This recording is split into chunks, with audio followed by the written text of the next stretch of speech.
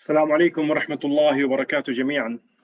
أهلا وسهلا بكم بعد انقطاع ويكند سعيد للجميع. اليوم إن شاء الله حيكون معنا الأخصائي الأول وائل صويلح العتيبي، دورة بعنوان التعامل التمريضي مع الحالات الحرجة. الدورة هذه بتعاون مع إدارة التمريض في صحة الطائف. قدمكم اليوم الأستاذ الأخصائي الأول وائل صوالح العتيبي، وأخصائي أول تمريض عناية حرجة للكبار بمجمع الملك فيصل الطبي، حاصل على شهادة البورد السعودي في تمريض الحالات الحرجة للكبار بجامعة الملك عبد العزيز بجدة، مدرب تعليمي معتمد لدى الهيئة التخصصات الصحية للبرنامج التمريض الحالات الحرجة بالطائف. أتفضل أستاذ وائل، عامل شير سكرين. السلام عليكم، مساء الخير للجميع. السلام ورحمة الله وبركاته. يا هلا.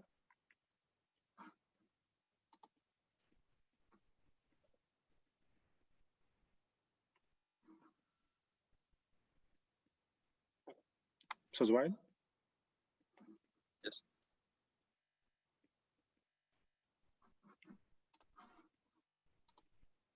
أعمل الآن. حاول الآن. دقيقة بس.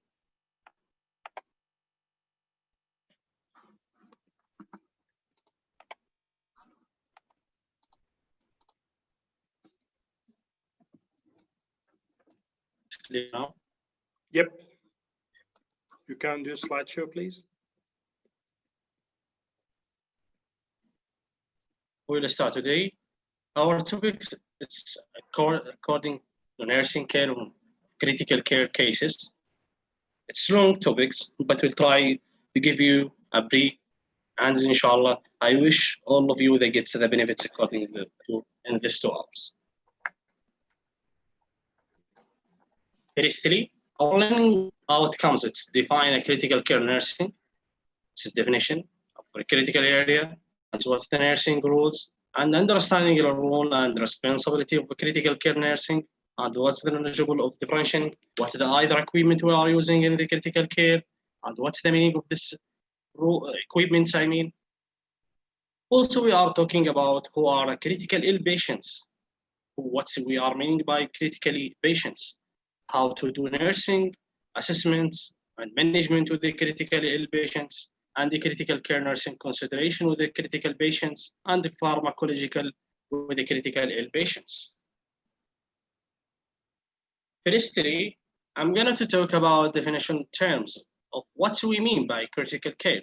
Critical care is a term used to describe a care of patients who are extremely ill and whose clinical condition is unstable. I mean, patients is hemodynamically unstable, patients is critically ill. That means we are just this patient need to critical care. What we mean by a critical care unit is specially designed and equipped facility staff by skilled personnel to provide effective and safe care for dependent patients with life-threatening problems. I mean, it's a special unit is just using for critical patients with high facilities and equipment with high staff qualified. What's the meaning by critical care nursing? Is a field of nursing with focusing on utmost care of critically ill or unstable patients. Critically ill patients who are at risk of acute or potential life-threatening.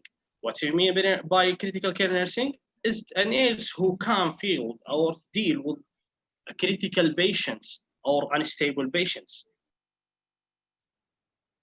What's my role and responsibility as a critical care nurse? We have many roles different from the ward and the critical area nurse. Critical area nurse, they have many roles more than the ward nurse, I mean a general nurse. Role and responsibility in critical care nurse is consultant and coordinate with healthcare teams members to assist the plan and implement and evaluate the patient's care plans. I mean, a nurse that times he can sharing with the plan of the patients in critical care and preparing and administering medications either orally or subcutaneously or through IV, and also they give any medications as prescribed as a stat dose or any emergency medications. reported also adverse reaction, either patients on having any drug reactions or blood reactions.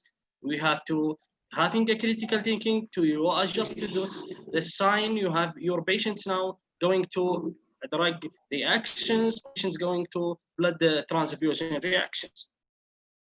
Also, they should be providing a basic and bedside care. I hope I'm positioning the patient and doing the care of the patients to avoiding a pressure ulcer. And your patients, it's long term will be on the bed. You have to caring your patient as your patient will stay for long terms. You have to doing the positioning to avoid many complications of long stay in ICU. Initiates the patient's education plan as prescribed by the physician, and teaching the patient either of the family or the patient's illness, and explaining post-home care, the patient while discharge. You have to meeting the family always to advise to them what's you are planning. You have to teach the family and you have to show them what's your planning. Recording the patient's medical information and vital signs. It's differently from the ward and the critical care.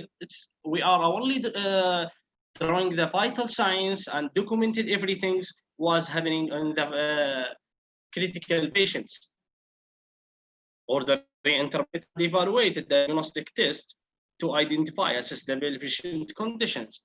Either we are doing a blood test, we should inform our doctors if there is any panic value in our patients, not we are waiting always to coming the doctors during their rounds. We should inform them and involving them during the patient status. Taking the samples and sending to the labs. Responding to the life-saving situation based on nursing standards and protocols. All of us, I think, critical care should be having ACLS and BLS course should be provided on this, and they can deal with any patients going on this critical situations. Recording all informations completely in their manner and appropriate format on the we have, as you know, our critical care having a mini formats. We are filling appropriately because to document everything in our patients. Applies a hemodynamic and phlebotomy and IV protocols. We have IV protocols like DKA protocols and potassium corrections, many protocols in ICU. Monitor and adjust specialized equipment used on the patients. I mean, you have to qualify and you know how to deal with many machines we have in our area. I mean ICU. In ICU you have many machines and the procedure you should be deal with it. Either patient on CPB or pulmonary arterial pressures and cardiac rhythm, cardiac monitors, ventilator, manometer, oxygen pump. You should be deal with them and you should be able to recognize what are going patients abnormal or normal and how to do caring of them. Monitor a catheter leading to tubing, general healthcare resource. You have to re-update it and your knowledge about your critical ill patients. Supporting a patient's right and value and believing the patients. Patients have many rights. All of them are the policy of your government. Communication to the family and provide information of your patients. You have to sharing the patient family about the information your patients.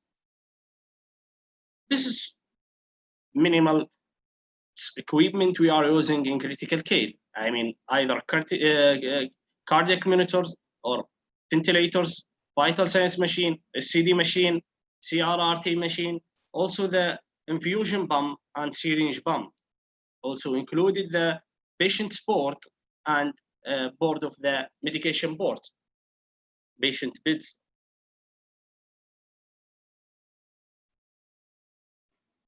Critical care technology, we have a many technology in our critical department, either ECG monitoring, arterial lines, and hemodynamically monitoring, and ventilations, and intracranial pressure monitoring, central venous monitoring, temperature monitoring, pulmonary artery catheters, hemodialysis, and CRRT patients.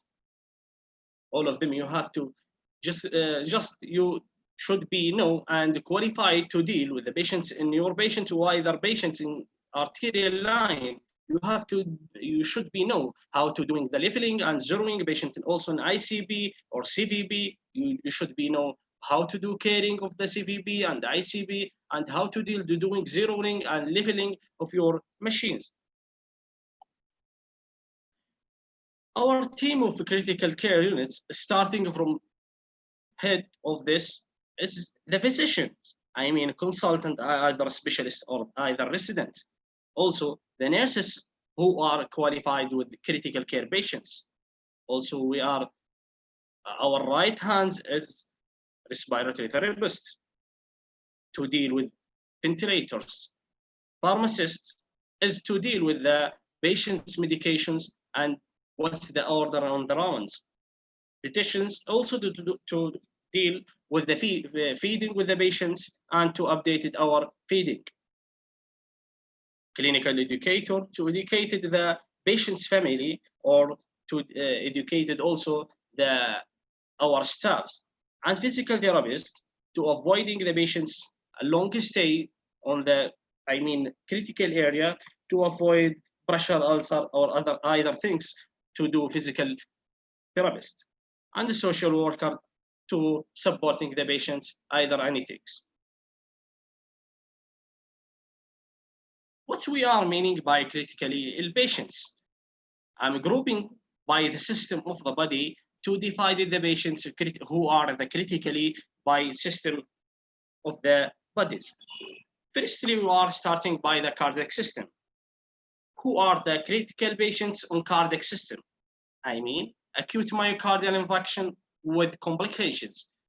Simply, who are specified only with MI should be in CCU either or ICU, but patients it must be come with MI with the complications. It should be entered in intensive care units. Either patients having a cardiogenic shocks, or patients having type of the shocks, either neurogenic shocks or hypovolemic shocks or anaphylactic shocks. Acute congestive heart failure, patients having right side heart failure or left side heart failure. It's required for hemodynamic monitoring, patients needing for doing always to reevaluating the patient's status, and also to keeping the patient. Most of the patients in congestive heart failure should be in ECMO, or they are using the ECMO of the patients.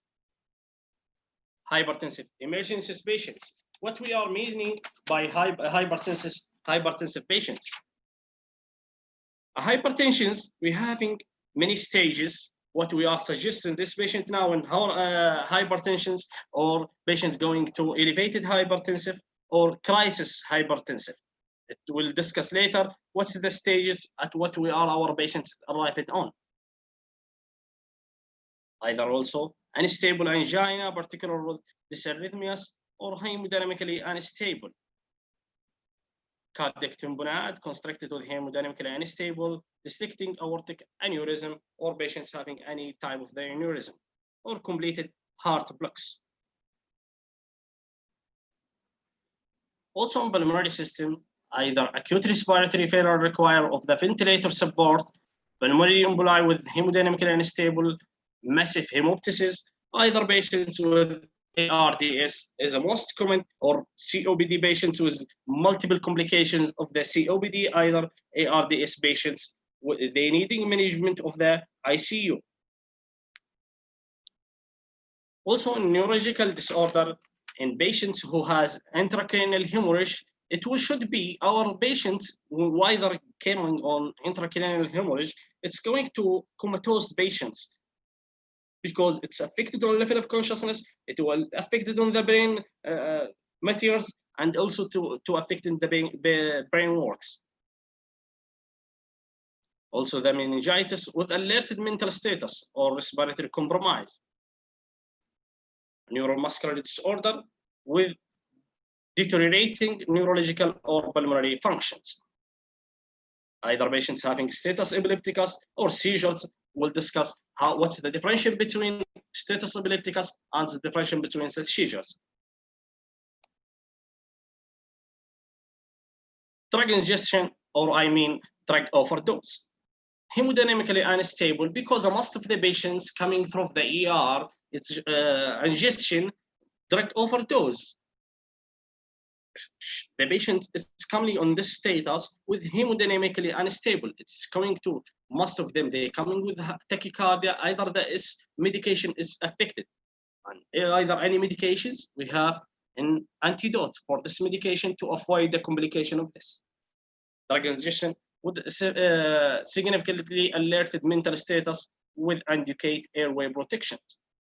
Seizures following drug ingestions to avoid seizures protocol to avoiding this patient going to complication and avoid to harm himself. Gastrointestinal disorder, life-threatening gastrointestinal bleeding, including a hypotension, angina, continued bleeding, or with compromised conditions. Hepatic failure, severe pancreatitis patients. Endocrine, we have the diabetic ketoacidosis, complicated by hemodynamically instability, alerted as a mental status. It will affect it on acidosis. It will affect it on mental status of the patients, respiratory insufficiency or severe acidosis. Severe hypercalcemia with alerted mental status require hemodynamically monitoring also. This patient severe hypercalcemia or other patients having hypo or hypernatremia with the seizures, it should be alerted with the patient. They needed to do hemodynamically monitoring for the patient and keeping in critical area.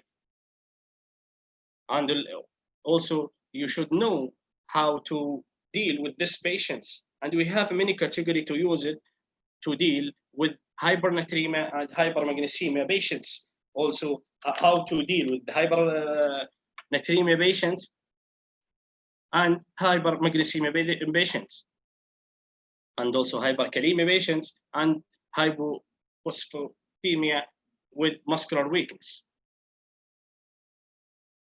Patient on post-op require hemodynamically monitoring, ventilator support or extensive care unit. I mean, patients, it's post-operative, main procedures. I mean, patients with long-term procedure, it will come taking to recovery 1 or 2 days in your critical area.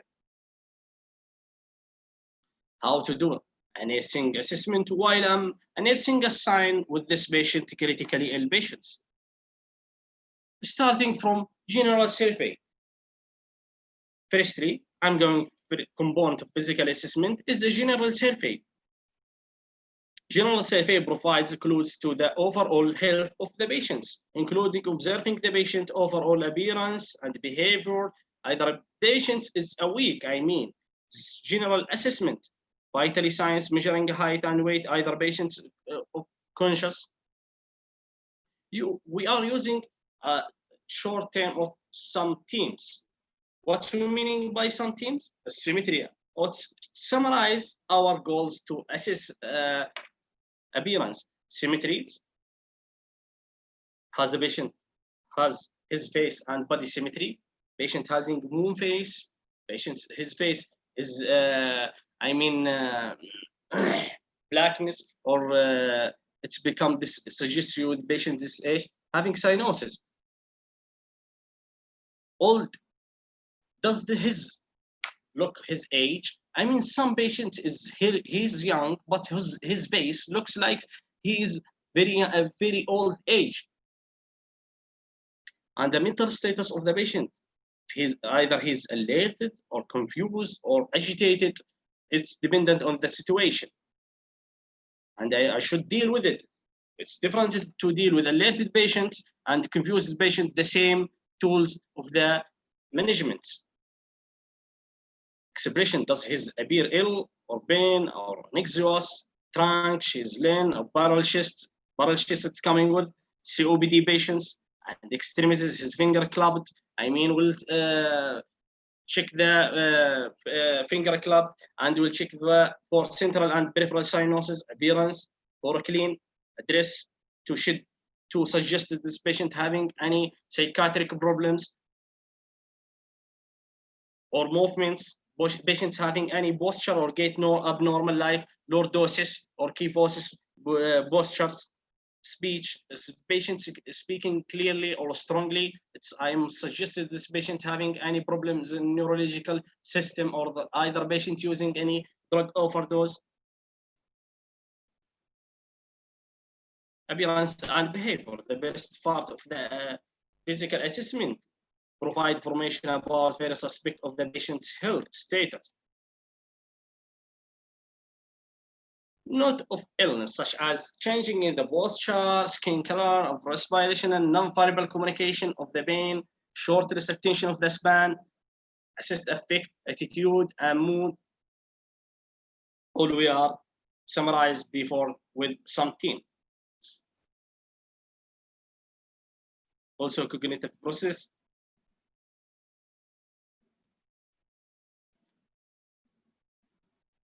Also looks up patient posture and the gait, height and weight, note whether patient's erect or supplement posture, observe hygiene of the patient to say this patient having any inappropriate dressing wrong with season or dirty clothes may have depressions or patients having any cycle problems. Primarily, we have two types of the assessment. It's starting by primary assessment and secondary assessment. Our primary assessment, it's to perform primary assessment using systematic approach to ensure that steps is forgetting the steps below follow the wide using mnemonic. We are using A, B, C, D, E to avoid any forget in both of them, and we will not pass any one of them until we will solve it either. I mean, we are starting by A. Does it mean alerted and airway and alertness with the stimulus cervical spine? Either of this patient, I will be managed to pass this A going to B. You should not going to B until you solve it A. Or you will not solve it A, you will not go through all of them. And B also, breathing and ventilations. Either we are using for our patients ventilator or patients will keep invasive or non-invasive ventilation. C, is it circulation and controlling of hemorrhagic disability is, neurological status, level of consciousness, and is GCS. Exposure your patient if the patient's having any injury. History, I have to keep my patient in safety area, check your environment safety, and check your equipment you're required to do it in your assessment, either suction and bagging, alarming, oxygening, and also to stethoscope. Then also I will start to assess my patients. I will assess airway assessment. A level alert is using a VIBU scale to indicate whether the patient is A, responding to verbal stimulate, and B, responding to painful stimulation, B, or unresponsive at all to all stimulations. He will be less than 3 GCS. Maintaining the spine protections, if indicated either manual or with an appropriate size cervical collar.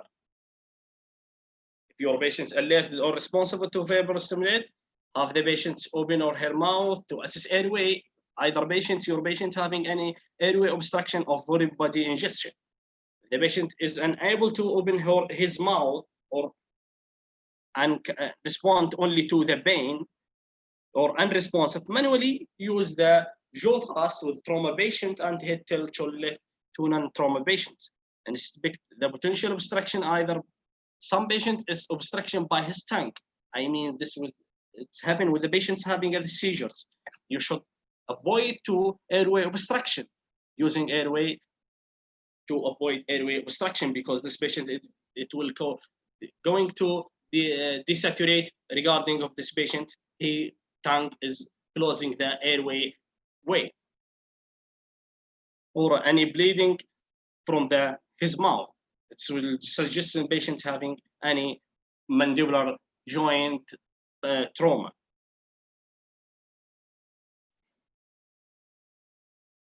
The patient is awake, patient is response, and also the patient is verbally stimulate, patient responds to painful stimulation, the patient completely conscious and responsive.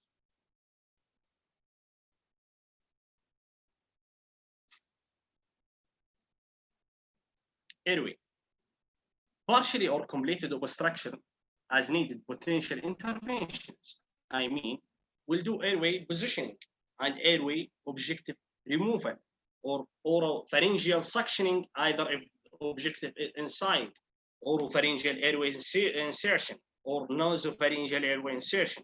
Either all most of them, it's not give it the benefits. I'm going to do endotracheal intubations and also to do with retrogluteal and tracheostomy, surgical tracheostomy. Either there is no benefit from all our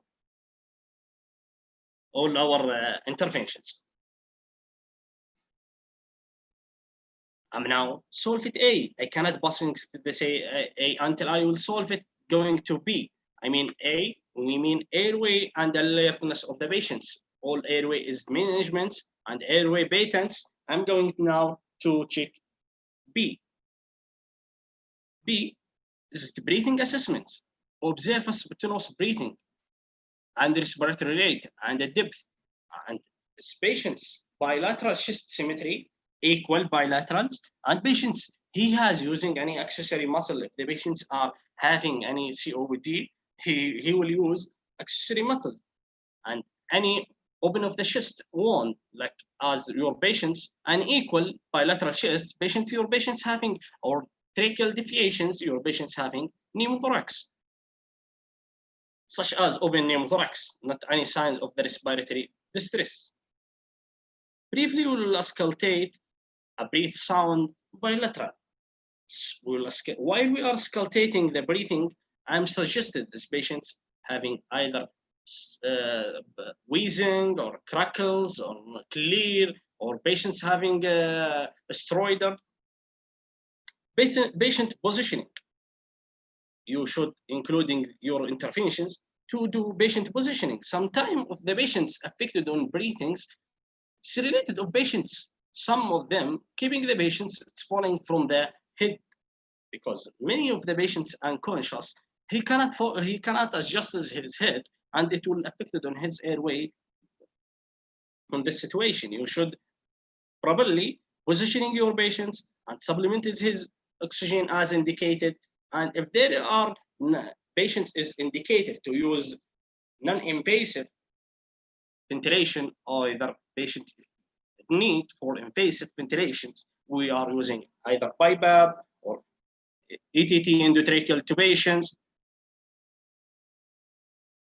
If respiratory or absent abnormal as needed potential intervention, we are starting by giving the patient bag mask ventilations to avoid respiratory arrest patients. Endotracheal intubations, either the patients, it's need to required to be higher to inflate this patient, higher ventilation for the patients. Either your patients having any pneumothorax, will use the thoracentesis to avoid pleural effusions in your pneumothorax. Most of the patients having died from undiagnosed pneumothorax patients. You should take immediately interventions and doing thoracentesis to your patients, and you will get that times the benefit to retain back a symmetrical bilateral airway entry.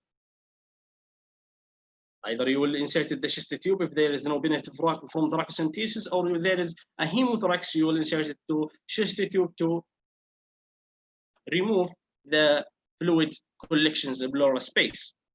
Use a flutters, valve, occlusive dressing, one or corner and tube of pneumothorax. Now we are finishing from A and B. Going to talk about C. What we are meaning by C? It's circulation assessment. We are evaluating a central pulse from the carotid or femoral pulse for the rate and strength. It's regular or irregular. I mean tachycardia or bradycardia. Regular or irregular. Observe and palpate skin of the warmth and color and moisture, capillary level also, and the patient central or peripheral cyanosis.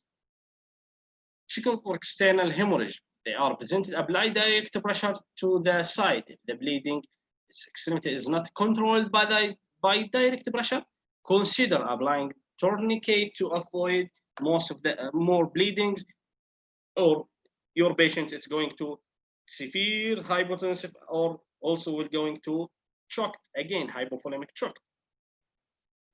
If circulation is absent or related intervals as needed, potential intervention, including you are starting, there is no circulations, you are starting by to do chest compressions or patient positioning or vascular access and crystalloid fluids or blood administration or defibrillations, centralized cardioversion, either patients having transcutaneous cardiac pacing or emergency tracheostomy and internal defibrillations. We are now finished from A and B and C. We're going to talk about D. What's the meaning by D? Is it disability? It's focusing on neurological status of the patients. You have to evaluating your neurological status using a thorough scale, which means GCS scale, Glasgow scale. The final score, it's total of the score 15 from alerted patients until unconscious patients. A last or minimum grade of this patient, if you will give him that 3, it's your patient unresponsive or comatose. We'll just now throw on the GCS. Firstly, I'm going to talk about behaviors or eye opening response. If your patient's eye opening spontaneously or to the speech or to the pain, or your patient's response. Also, we are going to about at last, if you are patients having no response, you mean this patient's having one.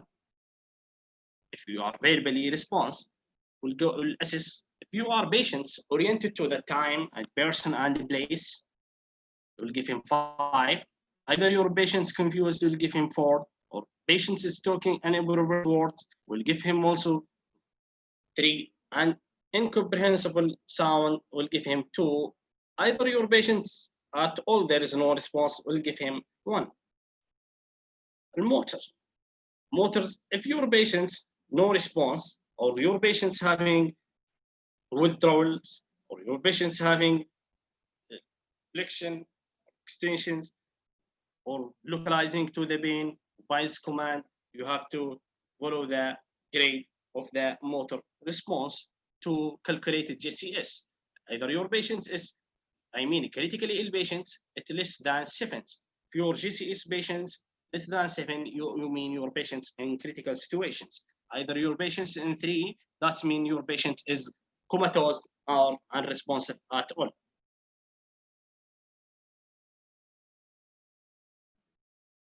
Exposures. What I mean by exposures? Removing all the patient's clothes to allow and the quick identification of the all obvious injury, either sign of the illness and any uncontrolled bleedings. Your patient. Sometimes we are exposure our patients and we are finding many things it's related of the happen to the patients. Many patients having injury, internal hemorrhage. I suggest when I'm exposure the patient, this patient having abdominal trauma, that means patient having internal hemorrhage. Keep the patient warm by covering with warm blankets to avoid if the patient's having to bleeding, simply there is no circulations, and it will go to less of the fluids on the body, and the patient is going to choke. You're trying to warming your patient and give him strongly fluids, warming fluids, to refilling the status of this patient. When removing the clothes, taking the care to avoid any injury, unseen objective within the clothes, such as a needle or glasses. Many of the patients and soldiers, or any patients, they having related to the trauma. Many of things are adjusted in his clothes. While you are assessing the patient's exposure, you're taking care of this to avoid any injury for the staff.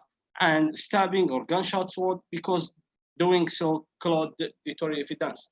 Following the organization, the policy, if there is any collected injury, I mean stabbing wound, you have to collect the knife, or the patient having a gunshot, you have to collect it at all, and as the patient, as the government policy. Now we are finished from the primary assessment. Well, I'm going to talk about secondary assessment. What we meaning by secondary assessment? It's ensuring the primary assessment is it completed to can go to secondary assessment, initiate the life-threatening conditions, processing immediately the next step. If already wearing personal protective equipment, we should wearing a PPE whether we are using any patient's assessment. Assessing for risk factors for spinal injury. The patient has the risk of spinal injury, ensure that spinal ligament maintained. Each step, primary and secondary assessment is maintained. And performing a secondary assessment using systemic approach to ensure that no step is forgotten. The step below follow the mnemonic FGHI to continue with the primary assessment mnemonic ABCDE. In primary assessment, we're going to talk ABCDE, but in secondary, remember it at FGLHTIG. If what we mean by if is it full set of vital signs and family present. I mean, we'll get our vital signs and we'll get a family history of the patients. G, get a monitoring device and give comfort. Use lemon OP. Later on, we'll discuss each point.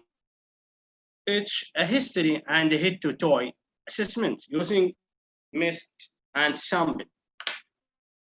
I, is it inspect posterior surface. G, just keep re-evaluated your patient to avoid any either complication is coming by your evaluations and or assessments. Full set of vital signs and the family presence. Obtain a reading of blood pressures and vital signs, respiratory rate and peripheral oxygen saturations, and temperature or regular interval. Family appropriate to be within patient's treatment area, provide the support person to be with them to answer a question and explaining the procedure. You should taking and you have to sharing your patient's family about anything you are doing, and you have to take a clear history from the family about the patient. You are just what's the situation of your patients now. Get a monitoring device and give comfort. Follow the LMNOP when obtaining resuscitation monitoring device and support. Laboratory and diagnostic procedure. Obtain appropriate laboratory tests such as most important things in critical care patients. We are always following the ABG result to avoid the patients having any complications, either patients on ventilator or patients is not treating, either patients having any acidosis or alkalosis, lactic acid level, and either your patients indicated to require cross-match, you have to request it immediately to situation of these patients. Obtaining a CT if indicated, or CT brain I mean, or X-ray notify abnormal finding in deformities of the bone. For chest, I mean, if there is any chest, you want portable chest X-ray in a critical area, almost using a portable chest X-ray. And monitoring cardiac, to monitor cardiac rate and the rhythm, and following the ECG reading, either your patient's going to, either patients having any ST elevations, or patients normal or non-ST elevations, or your patients having any algorithms. Nasogastric or orogastric tube. You have to insert it or either nasogastric or orogastric tube to prescribe any relief of abdominal distension, or you have to give him any patients, wider patients in post-operative, we should keep him 2 hours, should be after post-operative to avoid any complications of the surgery to starting the feeding. O is it oxygenation and ventilations. I mean SpO2 and end-tidal CO2. Monitor oxygenation by implementing pulse oximeter if not performing previously. Assessing a ventilation by monitoring end-tidal CO2. What's the leveling of end-tidal CO2? It's around from 35 to 45 is by using through capnograph. Also, we are talking about P. What's the mean B? It's pain assessment and management. You have to assess your patients on pain and you just manage it and give him any painkillers to avoid the patient's pain. And treated your patient's pain with either, if you are using pharmacological or non-pharmacological pain. We have tools to pain assessment and nursing tools. We have a patient pain assessment tools from 0 to 10. Either your patient's having severe pain or either your patient's having no pain. Which is a history, then head to toe assessment. Pre-hospital report, it's very important thing to incident or illness to helpful missed.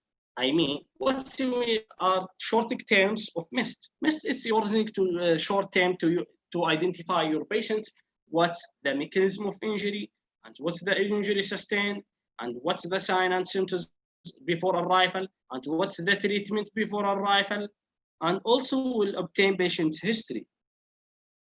Either we are using a sample. A sample is a short term to use symptoms associated with the injury and the allergy and the medication currently used and past medical history and last oral medications he's taking. To all of this to calculate the patient's history as much as we can to suggest what the patient having now and what the history of the patients. I inspected the posterior surface. Posterior surface, it's for the wounds and deformities. I mean, patient is having kyphosis or patient having lordosis. I will suggest that this patient having any abnormality in respiratory system. Palpate all posterior surface or the wound and any other deformities. I mean, bone fractures, muscle spasm. Just keep re-evaluating, continuously re-evaluating your patients. In nursing care, we are evaluating our patients in beginning of the shifts, and every 2 hours, we are evaluating our patients if there is any improvement or any doing out our patients. Re-evaluating should be including the primary survey and vital signs, and we'll start it going from the primary and secondary. Vitally, injury sustained and intervention, and primary survey, and the level of the pain of your patients. Now we are going to talk system by system to assessment. What's the meaning by health assessment? Is a systemic appraisal of the all factors relevant to a client's health status. We're assessing the patient system by system evaluating. We're starting firstly by neurologically assessment. Firstly, we're performing hand hygiene and don gloves and assess patient level of consciousness and oriented and assessing your patient level of consciousness, either patients alerted or confused, delirious, tamed, comatose, either your patients also, how's the patient GCS, and also will assess whether the patient is alerted oriented to the place and time and situations, use a CCS scale. Any abnormal neurological function is represented by a score of 15. Any score less than 7 is indicated of comatose status. Patient level conscious decrease, the score of scale also decrease. I mean, if the patient's his status decrease, I mean GCS will decrease immediately because this patient going to critically ill situations. Assess the patient eyes to adjust it. Your patient's having what's pupils. We're having a short term to evaluating the patient's eye parallel. Later on, we'll discuss. Performing a pupil checked by shining pin light across each pupil and checking for constrictions, assessing the equality and shape and size, roundness, reacting to the light and accommodation. Observe the cholera and conjunctiva, and for discolorations, either patients having any problems on the liver, jaundice, or will founding on the conjunctival discolorations. Observe the patient's behavior changes, such as patient have restlessness, patient is agitated, patient having any abnormality in behaviors. Now we have a short terms of BIRLA. It's a short term to assess the pupils. Firstly, pupils, is it equal? What's the size of the pupils? Is it equal bilateral, and round, and reactive to the lights, and accommodations? You should follow all of this to your suggestion. All your patients is passing your pupils assessment is normal.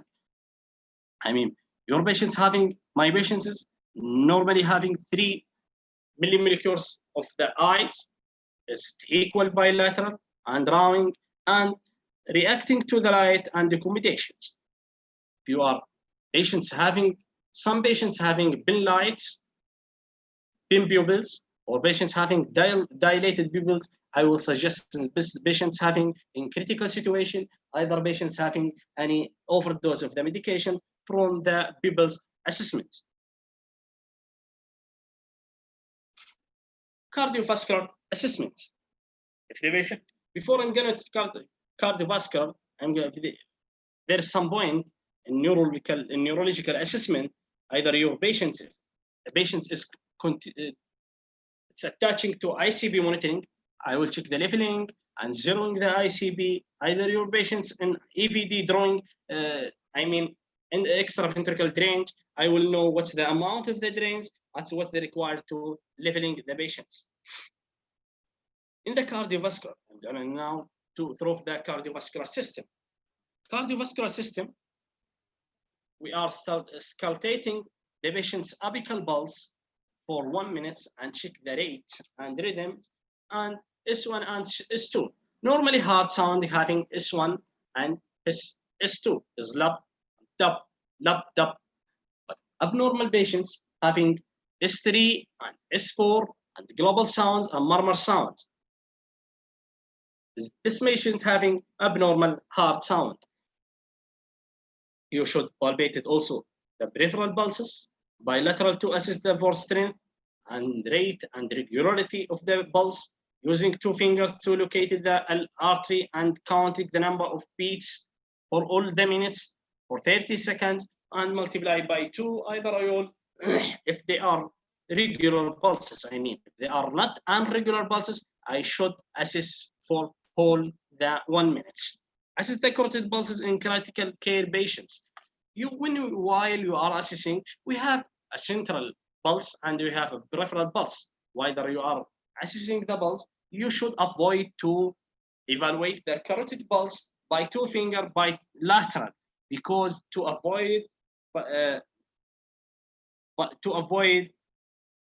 to stop the circulation going to the brain while you are assessing the carotid pulse.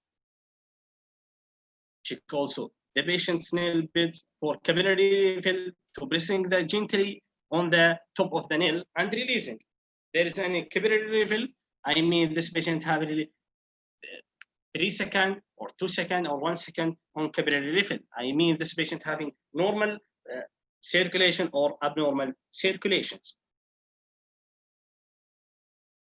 Also, I have to check the heart sound and checking the pulse and rule out of the DVT.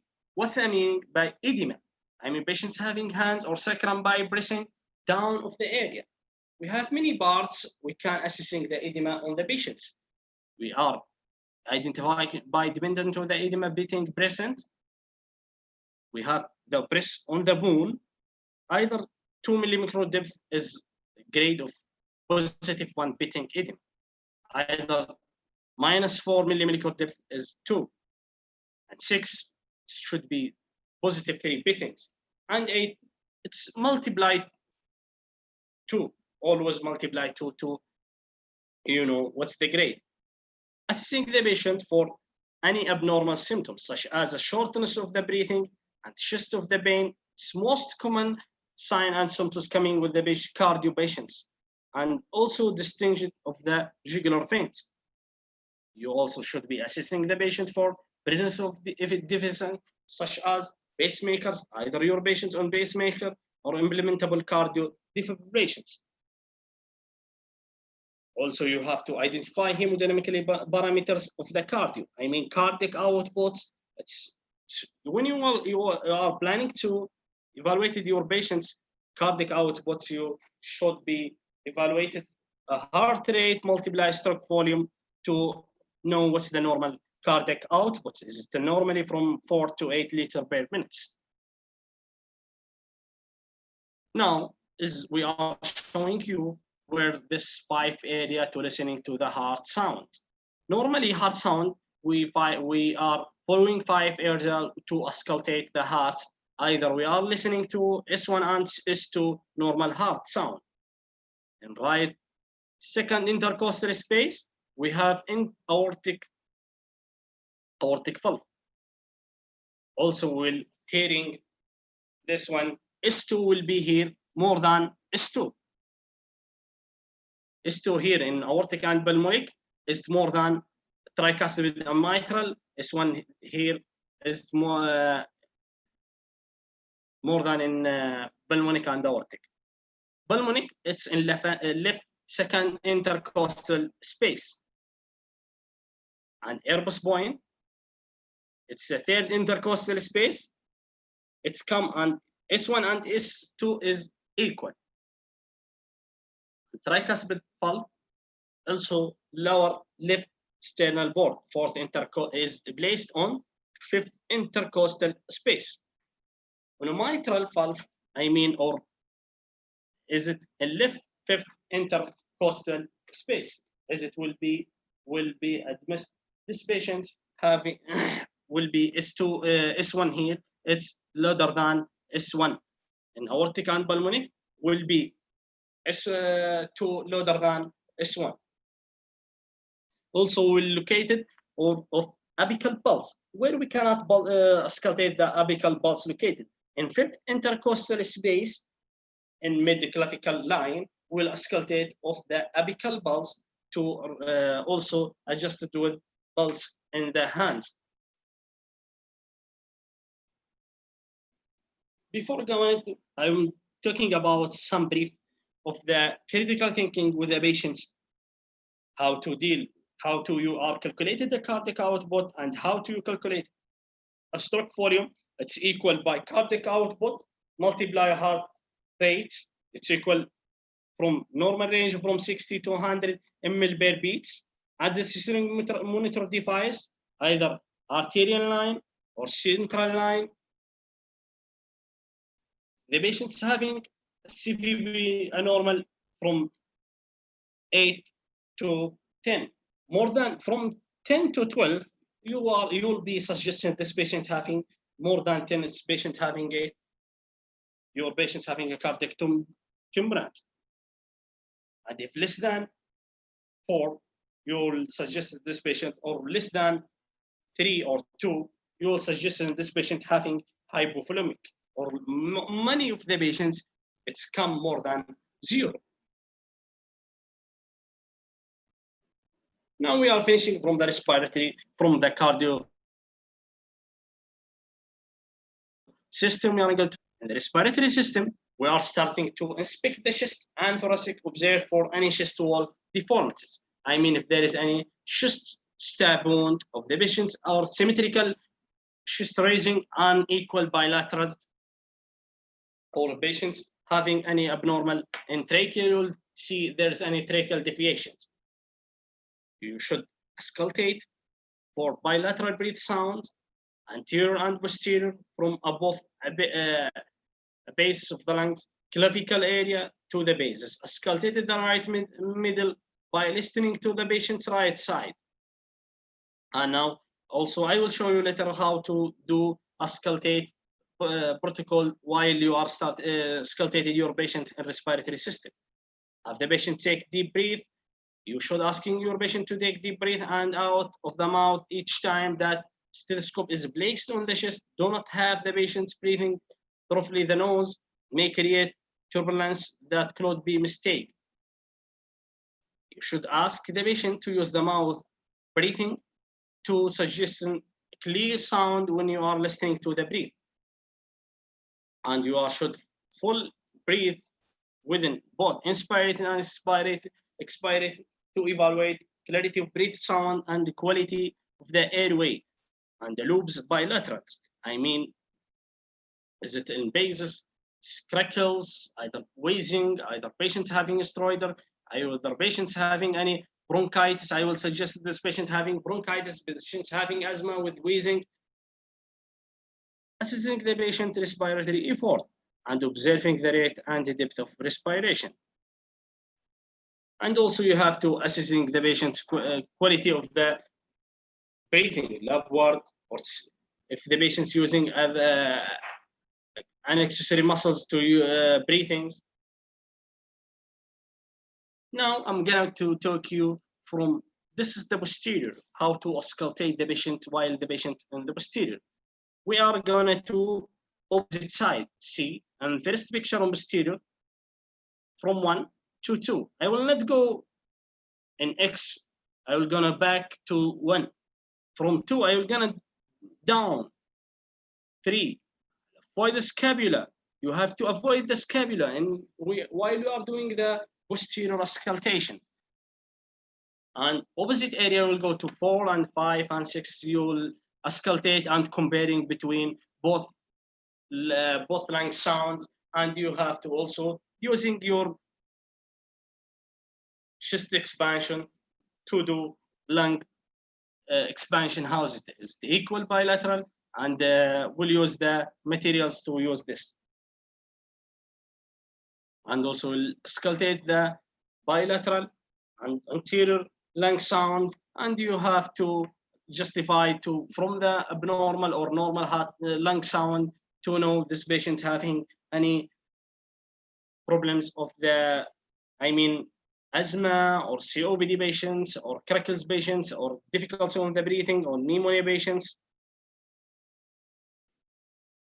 Now we finished from the respiratory system. We're going to talk about gastrointestinal system assessment.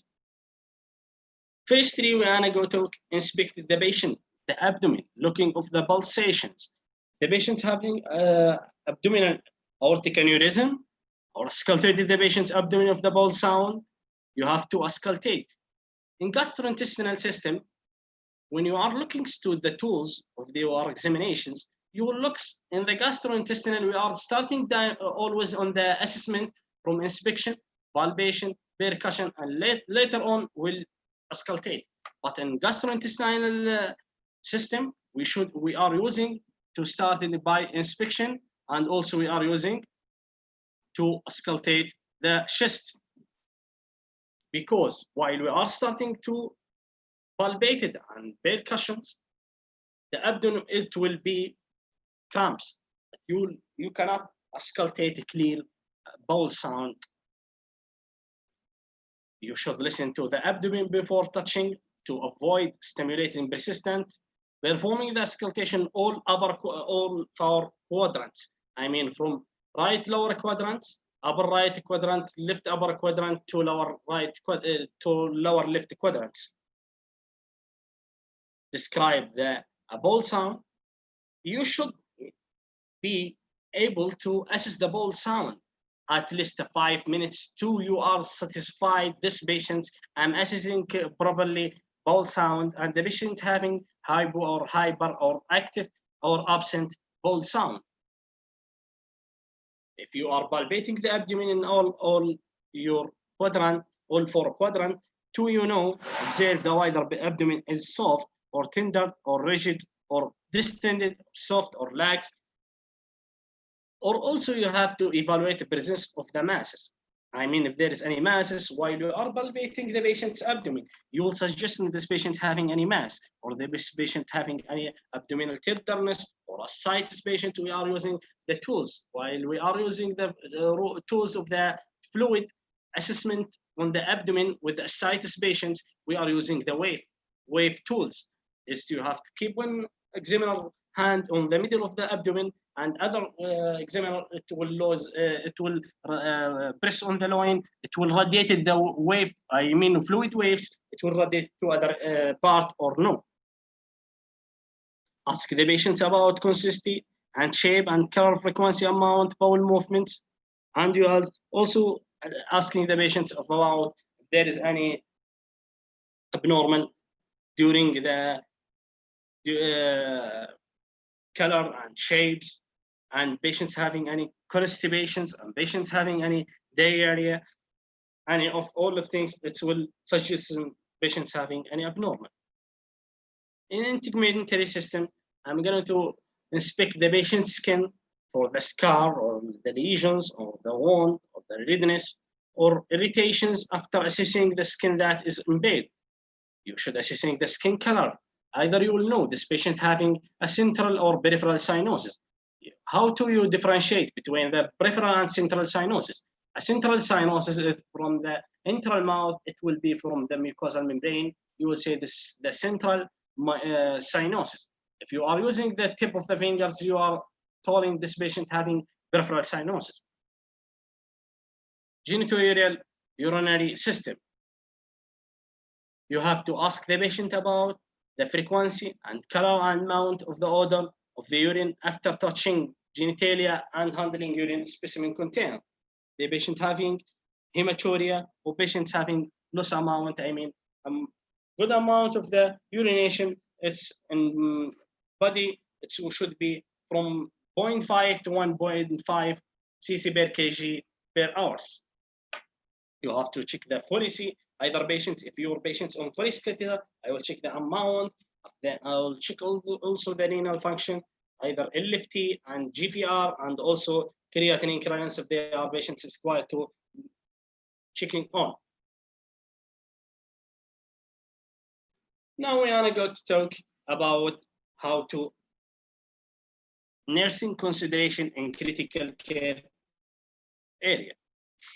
Firstly, most of the patients in critical care area is connected to the ventilator, and most of the patients later on it's going to complication if the ventilator is VAB. What's we meaning by VAB?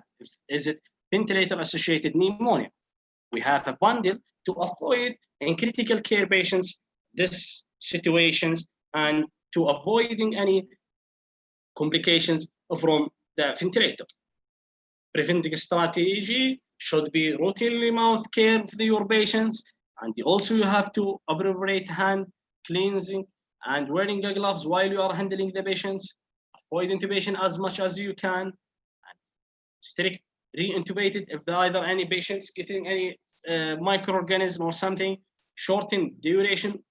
You try to keep short period of your keeping patient on mechanical ventilator. Suction oropharyngeal or regularly suctioning, and limited ventilator circuit changes, and drain ventilator circuit, and you should doing the positioning of your patients.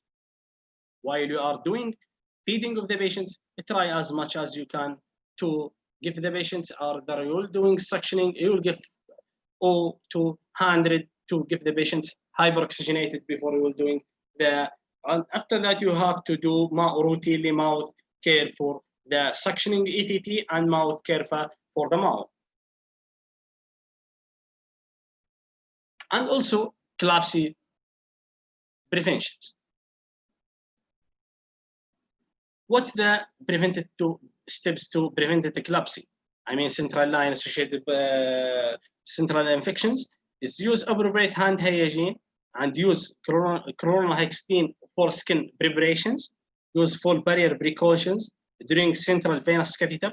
You should using a sterile technique at all, and avoid using femoral, because it's femoral always it will come infected this through this area.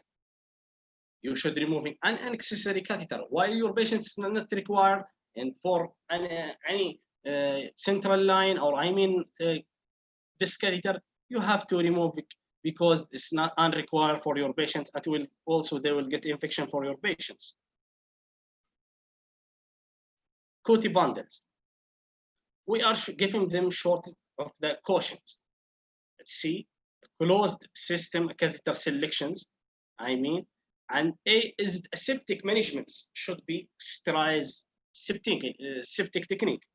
U is universal and standard precautions. And also tie secure a catheter to patients tubing to the bed. You have to secure your catheter to the patients or patient thigh. You have indication for use and to discontinue. Why you have two indications and obstruction. Either O is obstruction, free and specimen from the sample board. N is no dependent lobes. Hemodynamically monitoring is from the map and vital signs. We have a mini staging. I'm going to be talking before about the staging of the vital signs. We have a change in vital signs depending on the age of your patients. But we are talking in adult patients. I mean, in critical area, are you receiving adult patients or tolerance, toddler patients or newborn patients? I have to adjust this patient what's the normal vital signs for him. But firstly, in heart rate from newborn and adult, it's different. And respiratory also from newborn until adult, it's different. And the blood pressure also from newborn until adult is different. As the main focus on blood pressures, we have to focusing on MAP. In critical area, we are working on MAP. It's to adjust this patient having any abnormal in blood pressures. Ranging is from 7 to 110. How to calculate it, a MAP? It's electrically machines our department or other departments. Also, we having to calculate the MAP immediately by electrically. But some of them, they don't have electricity to calculate your maps. You have to using a manual calculated of the maps. You have to calculate it by this formula. It's 2 multiplied by diastolic blood pressure. Is it positive of systolic blood pressures? All of them divided by 3. MAP is multiplied by 2 because diastolic phase lasts longer than the systolic. And a normal MAP is dependent on the patient. Is it from the 60 to 70, 75 up to 100 as the patient situations. Also, we are using on that also U and E. We are focusing on U and E in critical area because this is most important things to focus on our patient and also will affect on patient situation in your area. I mean, firstly, a sodium level from 136 over 145 and the potassium level from 3.5 up to 5. All of them, and the calcium and the albumin and the creatinine and B1, glucose, UBC and the RBCs and hemoglobins, hematocrit, platelets, BT, BTT, INR, and the most important things, this with patients, cardiac patients, we have also evaluating for D dimers and BT and BTT and INRs. Hemodynamically monitoring, I mean, we are suggesting normal value in CVB or ICB or CVB. CVB normal is from 5 to 10 and ICB normal from 10 to 20. And how to calculate the CVB? A CVB is what's the meaning by CVB? Cerebral perfusion pressures. CVB map is calculated by map minus ICB. I mean, either your map is from 60 to 70 or 70 up to 80, your ICB, you should minus from your ICB, it will give you a range from CVB normal from 70 to 100. If less than 50, it's permanent neurological damage. If like this, you suggesting this patient, your patient's having neurological damage. Also, we are talking about cardiac output. What is it? What's we meaning by cardiac output? Is the volume of the blood pumping in each ventricle per minute. It's amount of the blood you are It's the heart pumping and per each minute. Cardiac output, it's calculated by stroke volume multiply heart failure. What's the meaning by stroke volume? It's determined by interaction between a preload and afterload. This is the meaning of stroke volume. Also, we are going to talk about most important things in critical area is ABG, arterial blood gases. It's a normal ABG. It's focusing on 4 points: BH and BaO2 and BaCO2 and HCO3. Normal in BH is 7.35 up to 7.45. If less than 35, it means this patient in acidosis. More than 45, you will suggest this patient having alkalosis. BO2 more than 90, this patient is normal status. Abnormal status from 75 to 89 is patient in mild hypoxia. If less than 75, your patient is severe hypoxia. BaCO2, it's from 35 to 45 in normal range. Less than it, I mean less than 35, is it alkalosis? More than 45, is it acidosis? HCO3 is from 18 up to 24.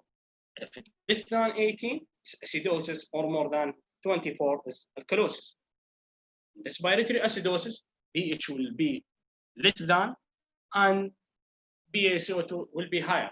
And respiratory alkalosis will be opposite of the respiratory acidosis. I mean, pH will be high and BaCO2 will be lower. And in metabolic acidosis will be pH lower and HCO3 lower. And in metabolic alkalosis, pH will be higher and HCO3 will be higher. Now we're finishing from all of this. We are going to talk about medication administration.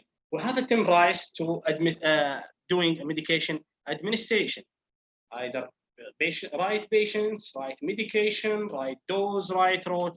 It's most important things to follow it in critical area to avoid the medications or with your patients, especially with the critical ill patients, because it's most important to give this patient a medication. While you are not following all of this, you will going in medications error.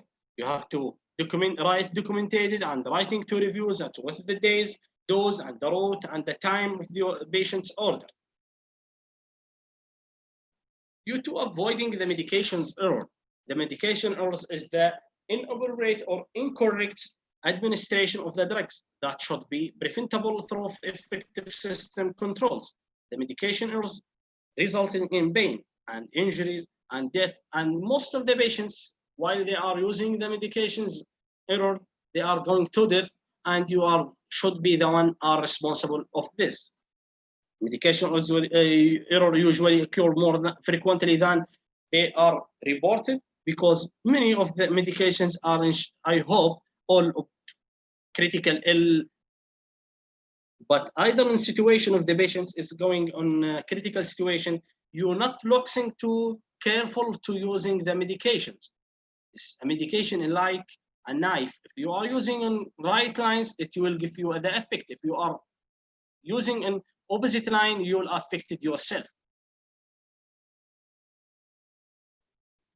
We have a many category of medications we are using in critical area. We're starting by analgesic medications. Analgesic medications is it starting by fentanyl. Fentanyl is it one of the analgesic medication. It's working 600 times more effectively than morphine and reducing the pain increasingly with the patients using moderate and severe pain. In ICU from 50 to 100 millicurie per kg. Antidote, while you are using fentanyl overdose, we are giving antidote of naloxone. Is it antidote of fentanyl? Also, we're having a bethadine and many things of the analgesia. Morphine is reducing the pain, chiefly used with MI patients from 2 to 4 milligrams dissolved in 10 ml normal saline. Antidote of this is the same, is naloxone, supplied by the hospital, or the hospital is available, I think, morphines. Acetaminophen and non-steroid anti-inflammatory drugs. What we meaning by non-steroid anti-inflammatory drugs? It's like ibuprofen, Voltaren. It's most effective analgesia medication. It's on hand works. So we are not using as only we are using in critically ill. We are using as much of the medication. If you are using as a fentanyl or morphine or something is very strong to give the patients. Either your patients in critically ill, he having severe pains. You're not using any triggers, non-steroid anti-inflammatory drugs to relieve the pains. They're more effective than opioids. It's reducing the pain from the pleural and pericardial lobes, a pain that responds poorly to opioids, particularly effective in reducing muscular and skeletal pain. We're having many types of the batch or either batch or tabs from all of these types. Also, we're having a skeletal muscle relaxation and also neuromuscular blocks. It's working on neuromuscular blocks. Now we want to go to talk about sedations. What we meaning by sedations? In sedations, we're having benzodiazepine. It's more things we are using in critical area. We're having many things, but we are using a benzodiazepine, and most of things we are using in critical area. Firstly, midazolam, and lorazepam, and diazepam. Midazolam is a short-acting sedative and hypnotics. In intubated patients, we are using short-acting and dose of 0.2, 0.5 milligram per kg for several hours. Diazepam, also one of them we are using with the critically ill patients. Diazepam is adult dose from 0.2 to 0.5 milligram per kg, not given in my patients, dissolved.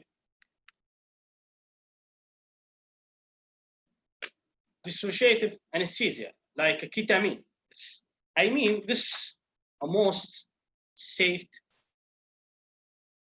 in sedation things because it will not affect respiratory rest. All of the medications are using as will affected on your respiratory system. Or most of them, they will give you hypotension plus respiratory compromise, or they will affect on respiratory rate. But ketamine, it's safe to use with the patient having bronchial asthma, plus the patient, they need to be sedated him. Adult dose from 1 to 3 milligram per kg as IV. Also, we are having a most one is famous one is propofol. Propofol is famous one we are using in ICU. Propofol is the dosing rapid from 10 to 15 minutes, using in neural cases that dose with increasing ICP during tracheostomy procedure. And also we have to take care of propofol because also when we are using a propofol with high dose, we are going to talk about propofol syndrome. It will affect it on the patient status, and you have to affect it also with the patient's awakeness. I mean, it will for a long time your patient will go to for also to be affected in ICP increasing and will affect on patient awakeness. Also, we're having many toyins and many things of the medication are using in sedation area. In sedation area, we are, as a critical care nurses, we should, a suggestion, we have recommend agitation sedation scale. This is the scale we are using with a sedated patient in critically ill patients.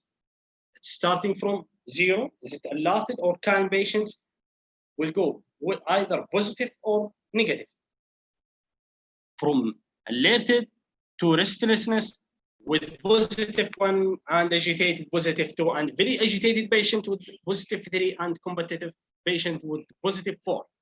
Either with, if we are going to down, we are meaning this patient's having minus, patient is drowsing, -2 patient light sedations, it's affected on his voice, is it eye opening and contact less than 10 seconds, -3, is it moderate sedations, and a movement of eye opening to the voice, no eye contact, and also we'll go to deep sedations and -4 unresponsiveness.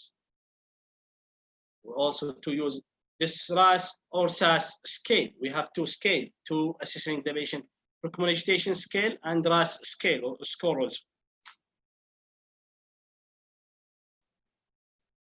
Now we are going to talk about inotropics. Most of the patients and all, I think most of them and all of them, they are going to use inotropics in critically ill patients. We're starting by dopamine and dobutamine or noradrenaline, or names of the glyphosate. All of them are working on the alpha 1 and alpha 2 beta agonist. It will affect on alpha 1 and alpha 2. We'll start it by dopamine. Dopamine is stimulated adrenergic and dopaminergic receptor, positive inotropics, with using it will do renal vasodilation. All of inotropics will consider, don't use any inotropics either peripheral line. You should using inotropics without using a central line. In dopamine, in nursing concentration, not compatible with alkaline sonate, treated extravasation with phenylethylamine.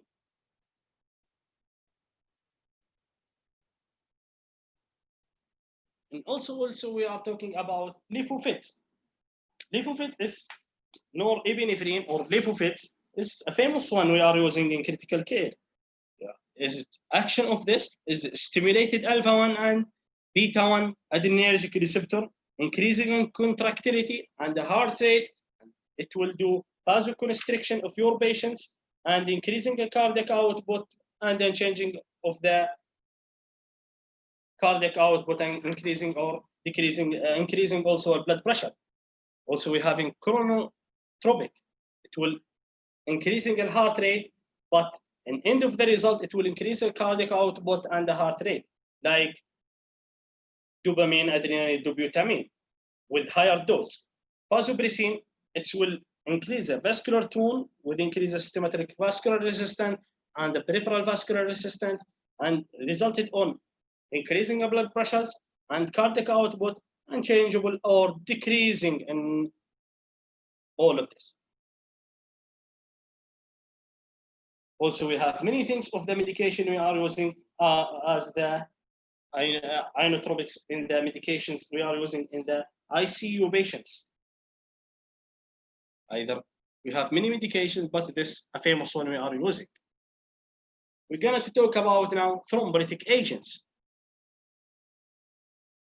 Teats compression stocks, SCD, systematic compression device that we are using with DVT to avoid the DVT, low molecular weight heparin and heparin flushed to avoid thrombolytic. We are using also alteplase and retaplase medications to avoid any patient's thrombosis or thrombus. The most important thing in critical care, we are using to focusing on head elevators of the patient 30 degrees to avoid any complications or and things to do with the patient is most important things to do the positioning of your patient hourly to avoid 2 hours, to avoid a complication of long stay in critical care. This is also 2 hours positioning to the patient and back care in each shift, and oxygen therapy, each shift dressing pressure score and air mattress. And also we have the scale we are using in our criteria scale of pressure ulcer scale. It's starting by sensory perceptions, completely limited or very limited, with the grade from 1 to 4. Is moisture constantly moist, very moist, occlusionally moist, rarely moist? It's depending on the grade. Mobility, it's complete immobility, very limited, slightly limited, or no limitations in mobility. In nutrition, very poor, probably indicate adequate and excellently, and frictions and sharing problems, potential problems, and no apparent problems or none. Scale, depending on the level score, it's from the risk of level, no risk above 18, and the low risk from 15 to 18, and moderate risk from 13 to 14, and a higher risk if they are below than 12. So with this patient, you are suggesting this patient having high risk for pressure ulcer. Glucose monitoring. Most thing is important is RBS is monitoring. Usually we are using 2 hourly with the vital signs or 4 hourly as doctor orders when we are evaluating the RBS or glucose monitoring with DM patients and critically ill patients. Either your patients in DKA, I mean, if you are starting DKA protocol, you should evaluate things every hourly. You have to evaluate the RBS to evaluate hyper or hypomagnesemia, hyper or hyperglycemia, sorry. Careful monitoring of sign of hypoglycemia, trembling, sign of hypoglycemia, trembling, clumping skin, and palpitations, and anxiety and sweating. Is most important things you have to consider. It's very dangerous thing if you are patients going to in hypoglycemia. So hyperglycemia can be managed, but if you are patients going to hypoglycemia, it will affect the neural system. It will going your patient is unconscious. It will affect the level of conscious, and later on you cannot able to manage your patients.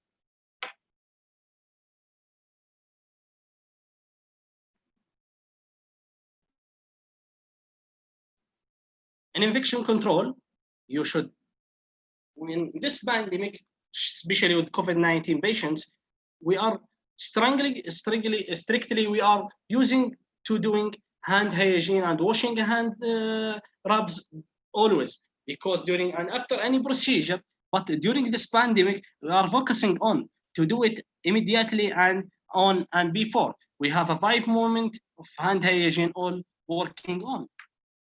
Strictly maintenance during the procedure, use disinfectants, weekly high wash, monthly cultures, test of health personnel equipment and infrastructures, regular inspection by infections control teams. Each shift CVB dressing, you should be keep on steriling and to avoiding collapse and QT and many things you have to avoid while you are using a sterile technique and avoid any complication of whole of this.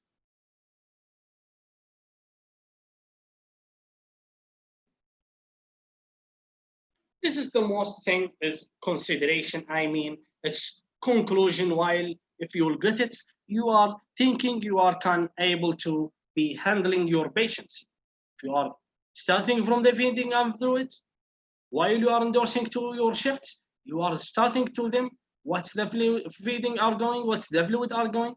What's the analgesia you are going to giving your patients? What's the patient going on? Sedations, either patients Racing scale, GCS score, either patients on thrombolytics agents, alteplase or betaplase, or patients on heparin or molecular weight heparin or enoxaparin. Head elevations. You should keep a head elevation with always with the patients on mechanical ventilator to avoid any complications of the aspiration pneumonia or the patients in cabin to VAB and using to ulcer. All of things we are talking before about all topics we are talking also to avoiding the long stay of the patients staying long term in the critical ill patients, and also a glucose monitoring to avoid hypoglycemia patients. This is all of things I hope all of you getting the benefits from our lectures, and anyone having any question can sharing us and we'll answering him question. Thank you for your listening and your cooperative sharing if there is any question. Thanks to all. Thank you very much for informative lecture, Mr. Wael. I ask Ms. Amira Muallad. Miss Amira? Amira? Ustaz Amira?